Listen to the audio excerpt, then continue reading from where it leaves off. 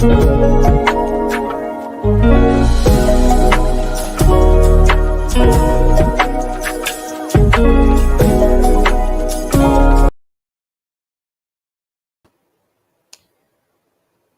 to Bios and Bookmarks Season 8, The Complexity of Caribbean Love, powered by the NGC Bocas Lit Fest. My name is Akilah White, and this is Episode 3 with Trinidad and Tobago author Alake Pilgrim. Pilgrim is a graduate of New York University, Bates College, and has an MA in creative writing from the University of East Anglia, thanks to the Booker Prize Foundation Scholarship, and an MA in Latin American and Caribbean Studies from New York University. Her stories have twice won the prize for the Americas in the Commonwealth Short Story Competition and have been published by the Center for Fiction in New York, the Small Axe Journal, the Haunted Tropics Anthology, edited by Martin Monroe from UE Press, and in the groundbreaking international anthology, New Daughters of Africa, edited by Margaret Busby from Myriad Editions and HarperCollins. Today, we're here to talk about her fantastic middle grade debut, Zoe and the Forest of Secrets, which has made it to the shortlist of the 2022 Bocas Lit Fest Children's Book Prize, and also my top list of favorite reads for this year. Welcome, Alake. So happy to be here with you. And I invite you to start us off with your first reading. Hi, I'm so glad to be here. Thank you to Bocas, to Shivani, and to you, Akilah, Stefan, behind the scenes. I appreciate being here. Okay. Chapter 1, Warning. Was the old man standing next to me crazy or cool? I didn't have much time to decide. Even in our heavy island heat, he was decked out in a three-piece multicolored suit with a floor-length coat made of scraps of fabric from every corner of the globe. To top it all off, he wore a straw fedora pulled low over his eyes, with a blue chicken feather dancing on one side. You better watch your back with that one, he muttered, interrupting my thoughts in a wheezy, almost laughing voice. What? I inched away from him. It was barely dawn, but the crowd in the rest of the market was as thick as ants on a pile of sweets.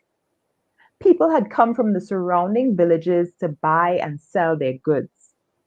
For once, the half-dead village was pulsing and alive. In the crescent-shaped market, calypso, soca, chutney, reggae, dancehall, jazz, pop, Afrobeats, filmy, and gospel music blasted from the open stalls. Vendors sheltered under pink, green, and blue tarps, chatting loudly over the noise, catching up on news, and selling everything from gugu to underwear, saltfish to yard fowl, car parts, coconuts, and coal in the ice drinks. Sweat stuck my shirt to my back. Somehow I'd wandered out here away from all the action. A drink of water sounded great right now. I turned to go. Gil, listen quick. I don't have much time. The old man's voice froze me in my tracks. Mr. Yancey, a melodious voice cut in. Why you don't leave that child alone? The lemon vendor had just finished her sale and was staring at us suspiciously. You're Zoe, right? She asked, raising purple penciled-in eyebrows. Apparently, someone had sent my name out on the village hotline. Look out for Zoe Joseph, new to Salmon Bay. Why you don't mind your business, Miss Lady? The old man snapped at her. She puffed up like dough tossed in hot oil. Who you calling, Miss Lady? I backed away slowly. Why was I here? I should be with my dad in New York instead of in Salmon Bay watching two strangers argue. Da. I swallowed the lump that grew like a plum seed in my throat whenever I thought of him. Right now, he felt like a world away. As the vendor and Mr. Yancey went back and forth, something caught my eye. My mouth dropped open in slow motion. Was this for real? The old man's coat seemed to change shape every time he moved. The patterns and colors shifted as if the coat had a life of its own. I looked closer. It was almost like it was rustling, moving, taking the shape of my face. I jumped back, choking. My lips wouldn't move. I shook my head and the coat stopped moving. It was still a crazy clash of cutout materials, but that was all. I swung around wildly. No one near me seemed to notice anything. The old man and the vendor were still bickering. Clearly, the heat was messing with my eyes. Thank you. Thank you for that wonderful reading. I've read your book twice, and boy, that made me want to start again. But Thank you. trust me, loved it. But we'll get into some questions now. I'd like us to start off with considering your literary ancestry. So I have a friend named Sarah Ozo Irabor, and she does many wonderful things, but among them, she runs a literary series called Literary Ancestry on Instagram Live. And in this series, she invites us to trace with her the lineages in primarily Black fiction across the regions, Africa, Europe, the Americas, all the different regions. Now, in your interview on By the Fire, I heard you share how your aunt is a poet and your father a big reader. And it made me curious to know about your literary ancestry. Like, who was that family by blood or spirit that helped to create the writer that you are and are still becoming? Wow, that's a great question.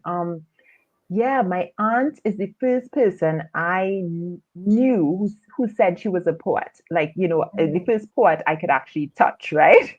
And that was mind blowing to me as a little girl. Poets were people, poems were things we read in school. Yes, my parents, my dad especially, would have books of poetry, but to think that a poet could be your family member or someone next to you or in a maxi, that was mind blowing to me as a child and definitely inspirational. As I started to fall in love with stories and start writing my own little secret things. Mm-hmm. And then my parents, yeah, they read to us, they say, from in the womb. And so books, for many writers say this, right? Books became their own world for me, their own safe space Mm-hmm. where, regardless of what was going on, you know, at school or at home or anywhere else, I could find an escape really Mm-hmm. into a book, you know? I can say a bit more about that if you want. I mean, growing up, a lot of us talk about this, that growing up, I didn't immediately find West Indian books. I didn't Ah, immediately find Caribbean books. yeah, same Lots of the here. books, yeah, right? They were Yeah, from, in my time, I'm kind of old. So in my time, they were from England. I same. know a lot of the books, the same as you, Same. Lots right? of Enid Blyton, Yes, JMS5 ma'am. and all that stuff. Yep, yep. Correct. And then coming down as I grew a little bit older, I think that started the wave of us getting a ton of books from the US, which is Mm, now the case. Most of our kids are surrounded by books from the US. US, yes. Yeah. And so I didn't realize it at the time. I mean, of course, I'm just reading and enjoying these worlds and drowning myself in the worlds and becoming in my head the characters in the book. I never thought that my color or my ethnicity was any barrier. I thought Anna Green Gables and I were soulmates, and See, it, oh did, my God, it didn't matter to me. I would sit under the almond tree by the harbor with my book and journal, and like I was Anna being, on Prince Edward Island. Like that was Besties. me. But now looking back, I mean, I remember a friend saying this to me, and I thought it quite profound. She said, part of the problem with that is not so much that we couldn't imagine ourselves into the books because people didn't look like us. She was like, we did, but she's like, what it does is it builds empathy in us to imagine the lives of others, but the empathy isn't necessarily being built the other way. To Mm-hmm, imagine that your life is rich and layered and important. mm-hmm. And I was like, ooh, true. She has a big point there. Yeah, Yeah. yeah. In fact, in reading Zoe and the Forest of Secrets, like I have many dreams for this book. and many demands as we readers always have about what we want. Mm-hmm. And I mean, when I read it rather, definitely I'd like a film adaptation. I'd love this as an animated series, but actually my big dream for it really is just for it to be like a series, like a long Yeah. running, you know, like the Famous Five, like the Yeah. R.L. Steins, like the Goosebumps. Like that is Yeah. what I want for Zoe That's and the my Forest goal. of Secrets, because certainly I think for younger readers in the Caribbean, like they have those kind of series books, but I find, like as you said in another interview, that it's kind of for 9+. And I find for that Mm. age group, I don't really know of any. I hope they're out there. Like they might be Mm. locally published in their own countries for Caribbean kids, but I don't really know of many. If I start to think of them, I start to think of stuff coming from the US. So I would love Mm. for Zoe and the Forest of Secrets to be like that long running series, that legacy book, multiple generations, like into the Wow. future, you go into a store and like this is that series. That's my Wow. dream Well, for from your mouth to God's ears, because that's my dream as well. No, I mean, even, yeah, I was thinking of there's such a wealth of material coming out of the Caribbean now of great books. Yep, And there's a YA whole section now that if you search for it, like if you go to Blue true. Banyan Books, right, you can Yes. find I've stuff read for your pretty much YA all child, of the those books. entire catalog. I only have one left, is Children of the Spiders by Imam Ba. Yes, Imam And Bat. and I refuse to read it until he announced another book. I refuse to allow You myself don't to want to run be at out. the end and just be waiting for him to write the next one. I No, and don't. Kevin Jarrett, whose side here, has written YA books and gone all throughout Mhm. the region reading them to children in schools. It's like a rich thing now. And even, you know what I discovered too, that even books for younger kids, younger than 9, like younger than 7 and under, you have Mhm. Janan Alkins here in Trinidad, and then they're just people in the islands writing books for their own markets, right? For the Mhm. younger kids, but you almost have to go out and find them. You know, Yes, the bookstores will not necessarily have space for them as much as they should. Some good bookstores do, but they not should. all of them. They Yeah. absolutely should. And I just saw a comment from By the Fire podcast, who's here. Welcome. Hi. Yes, and Hi, I think Ken. she, yes, said we've been taught to empathize with other narratives, but it's not reciprocated, which is so Yeah. true. Which is so Yeah. true. Yeah, yeah. So to And look get where to that's gotten us. Not a great place so far in the not world. a great Yeah. place at all. I Hmm. mean, so to get more into the book now, the specifics of the book, I loved so many things about Zoe and the Forest of Secrets, but one of the most surprising loves for me was your take on Anansi. Mm. Now, Anansi is super popular in Caribbean folklore and certainly I think in the African diaspora in general. And I must admit, as a big reader, I was getting a little tired You of were it. getting fed up I, with Nancy. I was getting a little weary of seeing Anansi. I Yeah, was getting a it's a little lot of bored. I was like, Nancy. oh my God, we don't have nobody else out there. You know, I and love then your a part of honesty. me thought, well, this is almost sort of in the spirit of some of his stories, because in some of those stories, you know, when he comes on the scene, the characters go, "Oh Lord, him again." So in a way, I suppose it's Mm. it's it's an authentic response. Mm. But when I read your book and I saw Miss K, and that moment, let me tell you, it was nighttime when I was reading. That moment when Zoe looked behind her and saw the Did you big jump? spider. Let me tell you, I jumped and I put down the book and I said, "This is not a nighttime book. This is a It's a daytime morning book. read It's a for daytime read. me because I am a coward." So your kids will be fine, audience. Your kids will be fine, and you will Oh, be don't fine. scare me. You'll be Don't scare fine. me. But It's not I that dark, afraid. people. It's It's not that not. dark. It's not. It's just that Mm-mm. I afraid. So I was like, but I loved it. Like I loved her. I loved the little pirate spider crew. I would read a series that like they were the main characters. Wow. Yeah, I would read the book. I would come to the signing. I would come in cosplay, maybe. Maybe I'd wear the little pink beret with the That I awards that need one of to them see. had. Like Yeah. I really took to them. I love them so much. So I just wanted you to talk about what inspired your imaginative take Mm. on Anansi, changing the gender, the pirate crew, like everything about that, and then maybe to jump off into what inspired the creation of those creatures in the book in general, because they were all, Yeah. even though I took to Anansi, they were all really distinct and memorable in their own way. That was fantastic to experience. Thank you, Akilah. No, you know what inspired the new take of, well, it may not be new, but my take on Anansi is Mm-hmm. and making them all female spiders, making them one of them at least half robotic and mechanistic, making them. I think what I wanted to keep. Let's talk about what I wanted to keep. This I wanted to keep the humor. I wanted to Okay. keep the element of Anansi where Anansi is really hero and anti-hero in one, right? So it's not just, oh, great Anansi, how you save us, but gets up to a lot of mischief.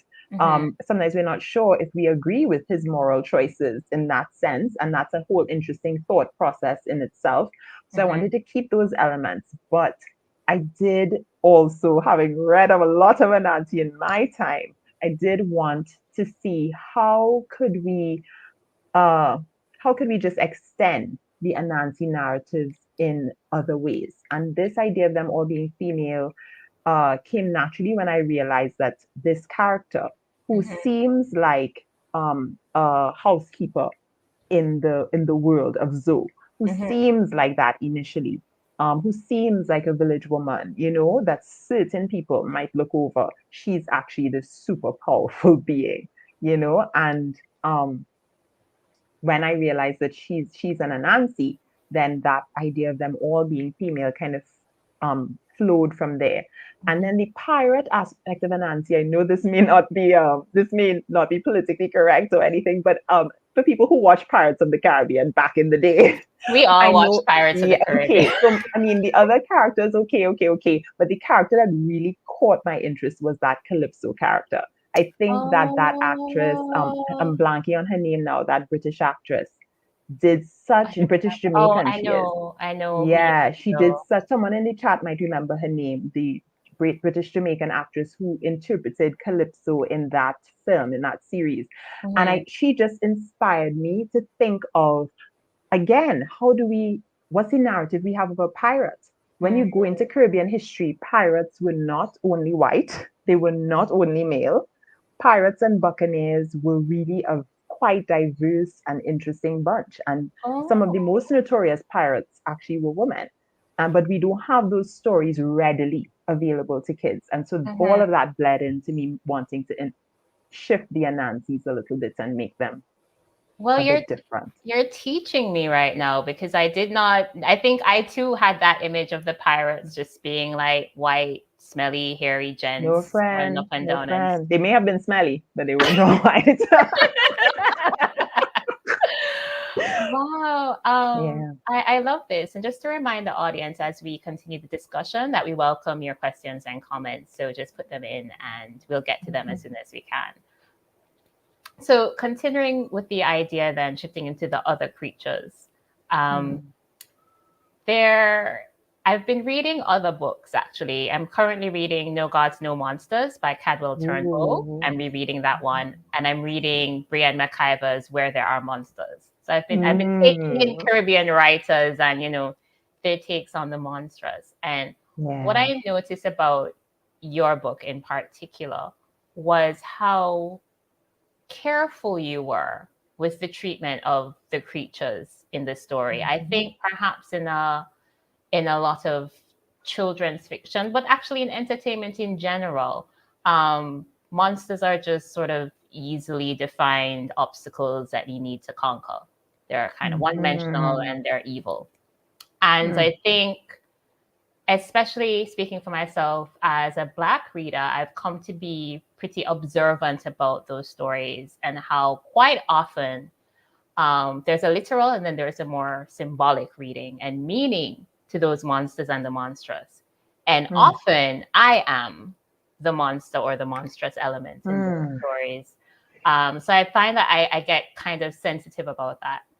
And Mm. so when I read your book and I realized how careful you were, there was this environmental theme and this idea about experimentation Mhm. and what was being done to create these creatures, and that Mhm. how they were really just existing, whether they were more human or whether they were more animalistic, all of them had their own story.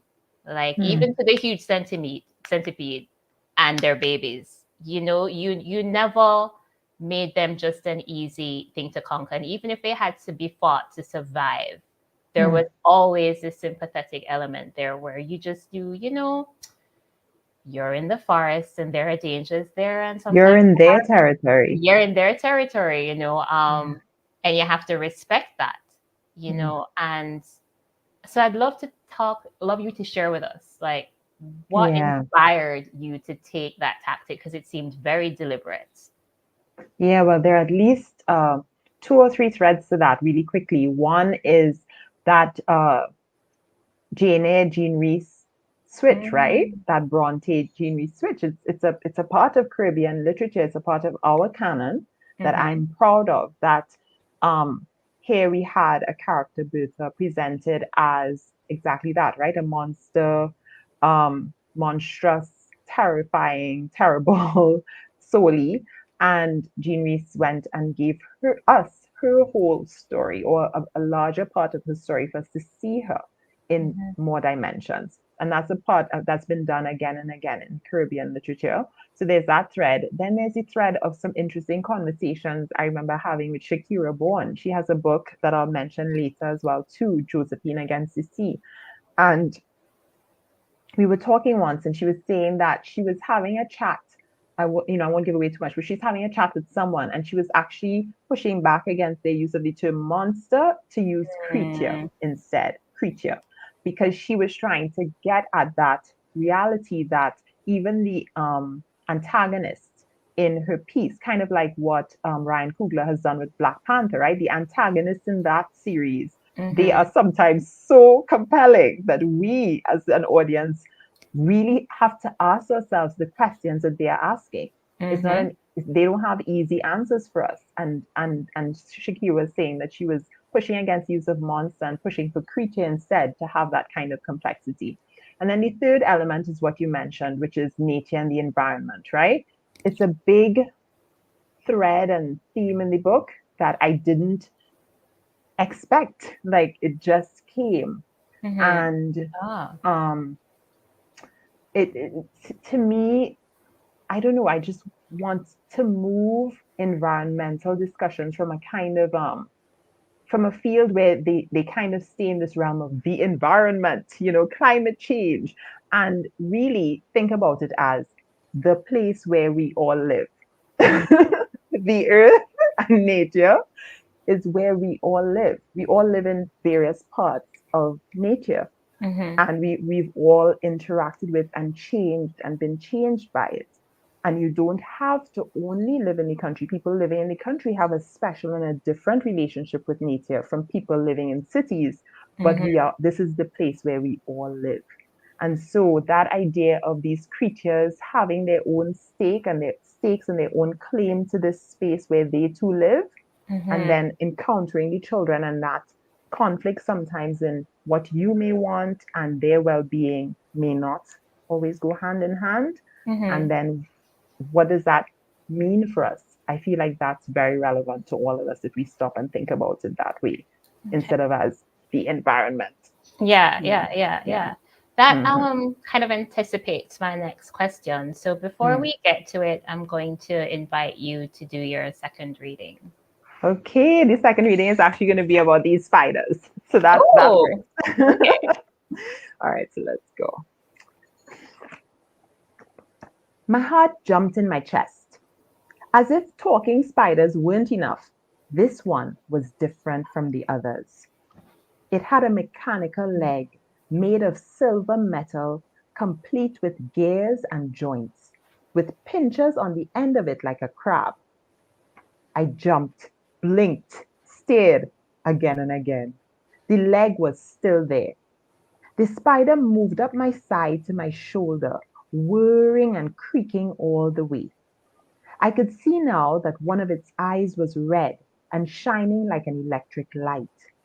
It clicked in and out of its head on the end of what looked like a tiny telescope.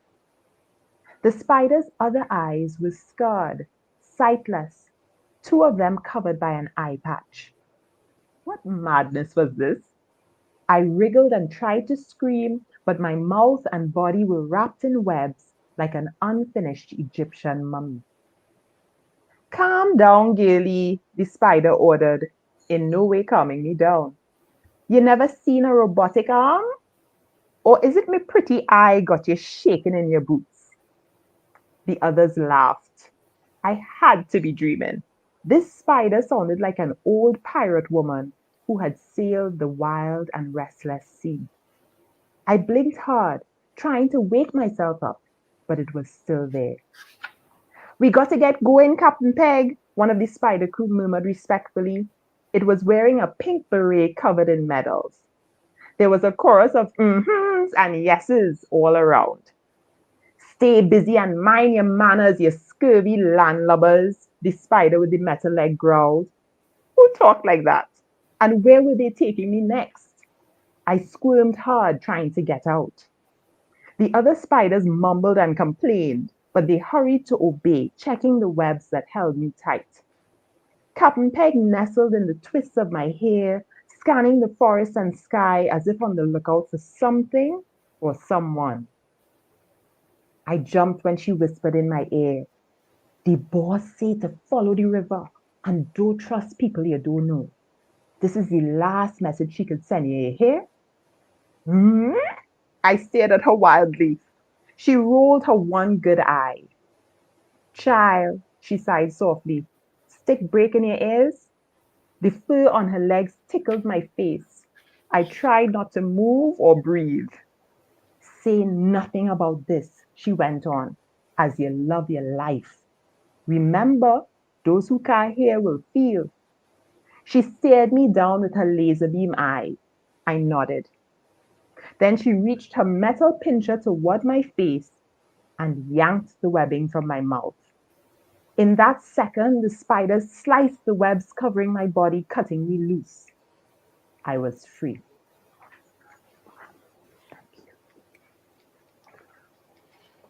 Thank you so much. That was. Is there going to be is there an audiobook for Zoe and the There Forest of Peace? is. It's actually narrated by this an amazing performer. She's performing as Nala in The Lion King in London. And I Wow. got the chance to see her perform, and she's amazing. She's from Trinidad originally. She left when she Oh, was like love that. 19, and her Mm-hmm. name is Janique Charles. So the audiobook is actually out wherever audiobooks are, like Yeah, Audible UK. Yeah, fantastic. Because listening to you read it, it really works well as, thank as a you. spoken story, which is not necessarily always the case, but like the way you bring it to life, I'm like, I could sit and listen to somebody just talk this whole story out. Love it. Thank you. Janique did a good job. Yes, love that. Hmm. So, to get more fulsomely into that environmental theme, because that's what I wanted to talk about to tie into the season's theme of the complexity of Caribbean Hmm. love. Hmm. Because as you pointed out, the environment is a very profound element in the book. It's its own character. And you give it a very tender and profound treatment. Yeah. That's how I found it. And when I say nature, I don't just mean the flora, I don't just mean the plants or the animals, I mean humans in my reading of the book Hmm. are envisioned as a part of that nature. It's just different communities, and you see the different circles, the family, and then one community, and then the different communities. And when you describe the scenery around and the animals, you can see that there are their own little communities. You have like the mangroves, but you have the different kind of mangroves, and then you have it with the crabs, and it was so beautifully detailed. And in reading it, I thought about our colonial history. I thought Mm. about how we are forcefully removed from one place and taken to another, and was forced to reacclimatize and reconnect in violence under violent Mm. conditions. And then I thought about how it continued in a way where the idea of modernity and civilization and progress is presented as something that is key to the destruction and exploitation of nature. Like you Mm. cannot have progress without the exploitation and destruction of nature. And Mm. that is then presented as something happening to something else, that we are somehow separate from that destruction. Like you can do it over there and we'll be fine, when really what is happening is that we're destroying ourselves. Um, Mm. and yet, I think we as Caribbean people, we love our environment. Like we love the greenery, like we're very proud of it. Um, and we recognize on a certain level that it brings us joy and meaning in life and that it sustains us. And yet that doesn't quite transform into the kind of radical action that we need Mm. to maintain a sustainable future as a part of that nature. Mm. But in reading Zoe, there was this one particular scene that took me back to my childhood when she's on a boat. I won't say anything more. And she's going through the swamp, through the mangroves. And the detail that you gave that scene, I could taste the air because where I grew up, they had mangroves and we visited mangroves. And unfortunately, I don't think those mangroves are there anymore. I think Wow. they're gone through hotel development. But it brought me back to that moment. And I was that little girl in the swamp by the mangroves, smelling and tasting and hearing and seeing. And I think that expanded to a whole experience where Zoe and the Forest of Secrets really welcomes us to that complex pathway into a love for Mm. nature that we haven't really lost, but we have a dissonance, I think. I think it asks us to consider that dissonance that we have. Because I'm sure we're reading the scenes and we're admiring the beauty, but we're also seeing the destruction that's happening. And it's a destruction that I think a lot of us believe when politicians say this is what we need to do to survive. They say Mm. that we can't afford to care, that the only way for us to live is to destroy. Mm. But I think your book really invites us to reconsider that dissonance. I think it brings us to imagine and envision something more hopeful, and to begin that by just knowing it better, by just knowing it better, and by knowing it better, knowing us better. To have a reverence for it, and by having a reverence for it, it's a reverence for us as well. Mm. Um, so you did bring up that this was intentional for you, but I'd like you to get into that process more because it seems Sure. it is such a major part of your book and it could not work without it.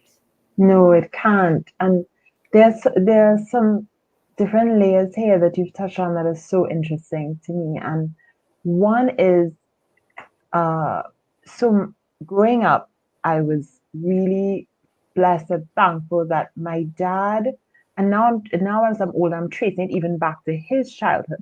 So my dad Mm, would always take us. He used to drive maxi taxi at one point in my childhood, and on weekends he would take us one of the days and just go to a different part of Trinidad.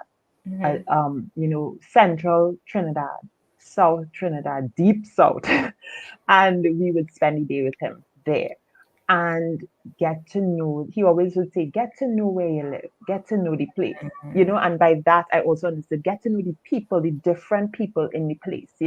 mhm, And this was our childhood. And when I grew up and realized that not everybody had had the chance to do that, and that in this east west corridor where I live, which is the most built up part of Trinidad, many, many children can't say that they've even visited really another part of the same tiny island where we live, and not through any fault of theirs or their families. They just haven't had the chance to do that. it mhm, it shifts the way you relate to the place. It mhm, in a sense sometimes it can narrow your vision even of what the island is. And so then you hear, for instance, when I hear about flooding or I see flooding on the news, for me it's not, oh, the people place flooding, or I'm passing pity. I'm thinking of the people that I know there, that the people I've visited there, people from, connected to me who are being flooded out, right? mhm, And that shifts your emotional response, shifts your response. mhm, It's connected to you. And so that disconnect is real. It's real, and it is encouraged by um the structures in the world that we live in, but there mhm, are ways for us to rebuild that sense of connection. And it could be as simple as going, picking it may sound cliche, and if hiking may not be your thing or whatever, farming may not be specifically your thing, but whatever little way you could find to reconnect yourself to the natural world that is sustaining your life will start that process. And then Another thing is, I just want to acknowledge that there are also people who aren't even just relating to nature recreationally or in terms of the pleasure and the joy of it, but there are people whose lives and livelihoods are depending on it. And Mm-hmm. so, I think of fishermen, I think of farmers, I think of hunters, even, I think of just different communities around Trinidad and Tobago and the Caribbean and the world, who coastal communities, like their lives are depending on what we are doing and how we are relating to the place.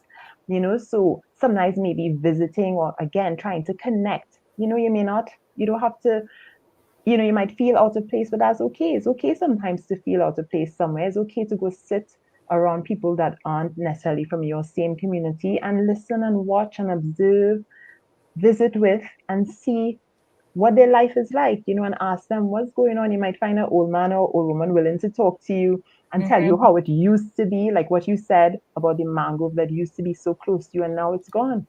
Because sometimes I think things are being lost all around us, but we are just living, right? And we're not even aware until the Yeah. loss becomes so profound. And then there's this thing where my brother, so he, even in this urban area where we live, Mm-hmm. my dad grew up here, near here, and it's urban now, but it wasn't always. In his childhood, it was a more farming community, Mm-hmm. and there was a lot of cane, and there was also just a lot of bush, what we call bush, right? Yeah, yeah, yeah. So somehow my brother still finds his way up out of our community, just walking to a Mm-hmm. nearby waterfall.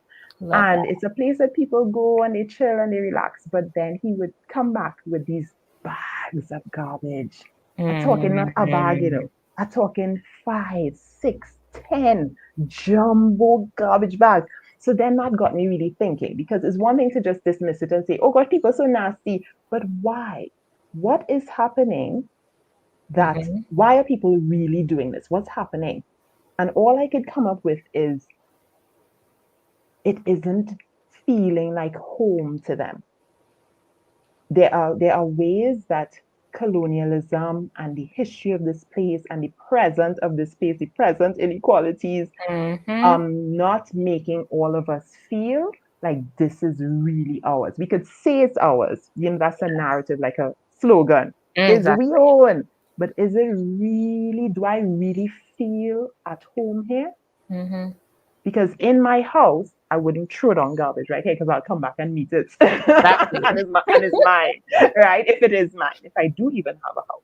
So yes, so these inequalities, something is awry, and we know the things that are awry. We know the inequalities that are at play, making people feel like this river is not mine. Some people, and I could just throw Yeah. this mattress in there because what I had to do with me. And those are the things that really um it's not enough to tell people take care of the environment. Why? Why? They have to feel it. They have to feel. And that's what I want the book to do for little children, that they will Mm-hmm. now see a centipede or see, the simplest thing, and iguana, and not just think, let me, oh, somebody go and kill this for some food, but, or excitement, but also feel connected. Yeah. Connected, Yeah. yeah. Yes. I love that. Not just kids too, because I felt it. And one of the joyous things I find about especially the children's fiction coming out now. I mean, well, it has been ever true. Like everyone can read these stories and learn from I it. agree. Everyone can enjoy it. And I I think, must say, in 2020, I went back to all my children's books. I couldn't read any more realistic fiction because I'm reality was too telling much. you, too I was like, much. give me some fantasy. And I just reread all of those books. Yeah. Yeah, yeah, yeah. I don't think we need to limit ourselves by these restrictive ideas and notions of age to deprive us of rich storytelling, of rich wisdom, of rich lessons, and also just pleasure. Like, I mean, your book is such a It's joy to fun. read. Yeah, yeah, yeah. So, I love that. So, I now want to talk about Zoe, the Mm. character, the girl of my heart. I because she's mine. I mean, she's yours, but she's mine now too. Madame Zoe, I call her Miss Zoe. I am telling you, oh my gosh, she is such a force in this book. But what I love about your depiction of her is that often these heroic figures that we have in stories, and it's not just for kids, I think it's also for adults as well. Um, they're very aspirational, and the flaws are very sort of neat and easy to, wipe away, and they don't really, and the characters that kind of have the real kind of moments, perhaps, of what some would call cowardice, or moments of self-recrimination. They're the side characters. They're the foil for the heroic figure, who is always really easy to love and admire. Now, Zoe is easy to love, very easy to love, but she also has these real moments of confusion, of doubt. I think she's a little too hard on herself sometimes. Like a poor little girl, like what she expected to do, like she can't carry the world on her shoulders. But what it is that she's remembering the lessons that she's learned, and she's trying to live up to them. And I wanted to know what really informed your creation of her, because I felt like she felt so real to me as someone I could connect with, as someone who would maybe see that moment when you should step forward, or you think you should step forward, and you don't, and you let the moment pass, and you kind of have to play catch up. And even when you did the right thing after, you're still kind of angry, and you're still kind of resentful, and you're still like, it's not this easy journey that she goes on. In that life. Right? But I don't Isn't that often life? I don't often see that. I think sometimes, especially when it comes to children, so they make it a little too easy. But Zoe didn't have it easy, and you didn't make it easy for her, and she wasn't always easy on herself, but she was always someone that you could cheer for. So I'd love to hear what informed, and for a girl too, for a girl character, boy, I just love her. So if you could talk more about our Zoe. Well, thank you. I mean, I can't speak about Zoe without also speaking about Adri, because Yes, I was getting it there, was this but yes. interesting thing where Mhm. in the writing of the book for me, I almost felt like this book was like a two protagonist book, which I know they say it has to be one, but for me, it felt like two protagonists. And in Mhm. a sense, emotionally, I identified sometimes more with Adri than with Zoe. Because Interesting. because she has a strength to her Yes, that she does. I am like, was I that strong at that age? Maybe not. Maybe not. Oh, Adri with his oh gosh. layers and the hidden parts of him, Yes. and his loyalty to a lot of him I identify with. But Mhm. Zoe I love, because she is really making some questionable choices at times that are really self-serving. And I'm Mhm. like, so. I remember talking to some children. I gone to read to some children, and they brought it up. They Yeah. were like, okay, so in the book, she has this power of entering other people's memories, and she doesn't have control of it. And she Mhm. discovers it in dropping into Adri's memories. And the kids asked, they were like, but miss, she have a right to be in his memories like that? They were like, that's not right. Who tells, who give her permission? I was like, I love these kids. Wow. interesting. Yeah, the kids, they're not easy. Yeah, And not it's easy a at good all. point. Zoe feels justified in everything she chooses, like all of us do. But Starting from I that mean, harebrained plan, especially with like wow. Adri, yeah, she gets the opportunity to question her motives and her way about going about things, because Mhm.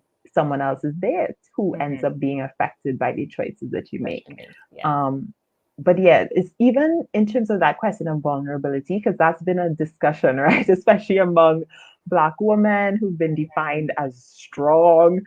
It's been a Mhm. discussion for a while now, with us saying, guys, also human, fully human. Strong Exactly. is just one trait among many others, including vulnerability, fear, Mhm. needing to be protected, all of the above. And so with Zoe, I think even as the series progresses, would be my hope that she can actually even have more of that strength, quote unquote, challenged, and Mhm. face vulnerability in herself. Yes. And that's okay. And that's okay. Yes. Yes. Yes. Yeah. Yeah. I think also as an adult reader, I thought, and this is why I'd love more adults to read it as well. I also thought it was useful just to have her perspective because in the story, her family is going through a lot of changes that she has no control over because she's a child and she just has Mm-hmm. to go along with it. And everybody, well, they're trying to welcome her, in a soft way, trying to bring her along. They're not being too strict with her, but all she can feel is that restriction because she Yeah. doesn't have any control. And while she does kind of have a reckoning with that and grows to accept it, I did think it was useful to get that perspective because I think sometimes as adults we forget that children are human beings with their own mind and thoughts and will and way that they see things on. And they have a life and they see it as having a life as opposed to just being the offspring of. So As my that, son said to me, Mommy, I am not you. I was wow. like, okay, Okay, let me sir. go sit with that for a while. I'm telling you, children will just Mhm. say it like it is. And I think we need Mhm. that. We need that because we learn to dissemble too well. So I did Yeah. appreciate it as well. I mean, Zoe had things to learn, but I thought it was also a useful reminder of how kids can feel in that situation. And though they may not have, hopefully, as dramatic a plan to solve things as she did, And just you for know, people who haven't read the book yet, Zoe's parents have gotten divorced. She's close, really super close with her dad. She Mhm. loves her mom very much, but her mom has remarried. Her mom has moved on, is in a new partnership and with a new baby. And so while she's in this blended family where they are doing their best, to make her come to grips and feel at peace with the new family arrangement, Mhm. her dad has to work abroad right now and she's not feeling it. She's not feeling this new plan. And I think a lot of us, even if we haven't had that experience, we can identify with the grief of, I mean, I think since 2020, pretty much all of us can identify with some Mhm. version of the grief of your plan and your vision just not panning out. A simple plan. I expect that it will work out like this, and it just Mhm. is not going that way. And that's kind of Zoe's experience. And she's decided, you know what? I'm going to turn the tide. I'm going to run away, make it seem like I'm lost in the forest, and my dad is going to come back to find me. And when he comes, we gone. We out of this because I'm not going to accept this so much change that's out of my control, you Mhm. know? The audacity. I love her so much. Haven't we all had the slight temptation to fight against the currents of change? Right? Or Yes. maybe, yeah, Yeah, yeah. yeah. So I'll bring us to a close with the Mm, usual fun and speculative segment, which this season is called Walking to the Revolution. mm, So we envisage the following. Your new book is on its way to a life changing protest, held in honor of the social and political issue closest to your heart. Zoe and the Forest of Secrets is walking hand in hand down the street with two other books by its side, books that are in intense and catalytic conversation with it. Which books are those and why?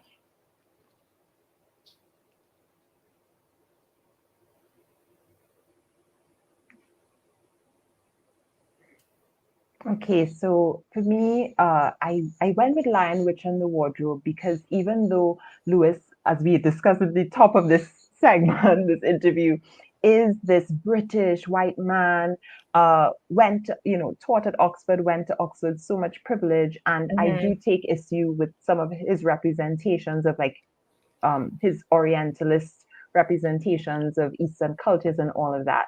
The Mhm. thing that really struck me about that book, especially when I was a child, was this representation of the children in Aslan. For those who haven't read it, Aslan is a lion that for Lewis had allegorical relationship to like Jesus and to Christ, right? And when I read it as a child, even though I'd grown up, of course, reading the Bible, not of course, but in my case, reading the Bible and exposed to that story, reading it as a child, I felt that moment when Aslan is willing to give up his life for one of the children who's betrayed the whole group and who's disappointed even himself and who's betrayed his own family. And Aslan takes that child's place. I'll never forget how I felt reading that in that moment. And we talked about love as the theme for this series, but that idea of love as being willing to go over into another person's place and even feel pain with them or for them, it never left me as a child. And I know that we are fighting human beings. Some groups of human beings are fighting really huge social and political issues right now around the entire world and right here in Trinidad and the Caribbean. At the same time, I think that without inner change, we almost will not even be able to truly envision the outer change we want. Mm-hmm. Yeah, and so inner change is needed, spiritual, emotional healing is needed. And so Lion, Witch, and Wardrobe really spoke that for me. And then the second book I spoke about earlier is Shakira, Born Josephine Against the Sea. And it was a hard choice for me for the second book because, as I said, I've been reading and I've been excited by and in love with Kevin Jarrett, who signs books for YA, Imam Baksh.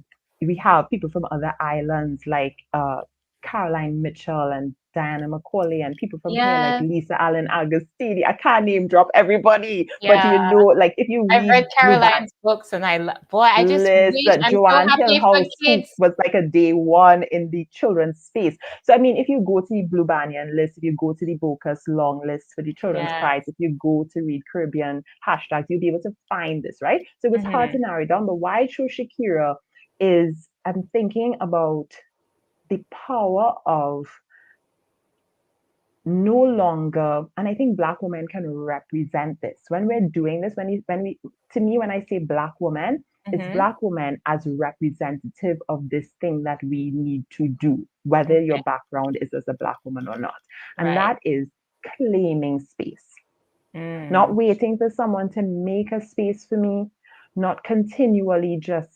knocking on the door and saying, will you let me in? Which I feel I've been doing for a lot of my life in maybe in publishing or in different spaces. But the time has come now to find that way to claim your space. And I know it will not be easy. And why Shakira has always inspired me with that, Shivani as well, is because people may not know, but her first book, she self-published. Yes. Her first book, it's on her website. And it was in a time when self-publishing wasn't yet maybe fully acceptable or fully sexy. And Shakira was like, you know what? And she did it. Yeah. And just Kevin spoke about this in his journey as well online. And to me, it's like it will not be easy. It's not a cliche. It's not an easy road. But the time has come, people. Yeah. We can't ask for no more space again. We had to claim it. And it's interesting you brought up Shakira Born too, because even with the publication of that book, which was first, the Caribbean edition is My Fishy Stepmom from Blue Banyan Books. Yes, the story of her exactly. writing that, I can't remember the number of weeks because I actually got it wrong in my review and she had to correct me because it was a super short. I think I thought it was like maybe 3 months and it was more like 3 weeks or something. Like it was a super short time that she decided to write it before she submitted it to the Code Burt Awards. And then it won and got the publication deal and then into Josephine Against the Sea. So I think, her story is like a perfect example of just going out and grabbing it and making that opportunity for yourself. So yeah. Fantastic choices, fantastic explanations, and a fantastic conversation. I was so happy. Thank you so much, Akilah. So happy to be able to be here with you. I tried not to fangirl. Everybody, you need to get Zoe and the Forest of Secrets. You need to be here at the beginning of what's going to be something beyond all of our imaginations. Wow, and thank you so much to everybody who came. I know people who has time, so thank you for even being here to listen to this conversation. Thank you, everyone. Yes, thank you, everyone. Goodbye. Bye.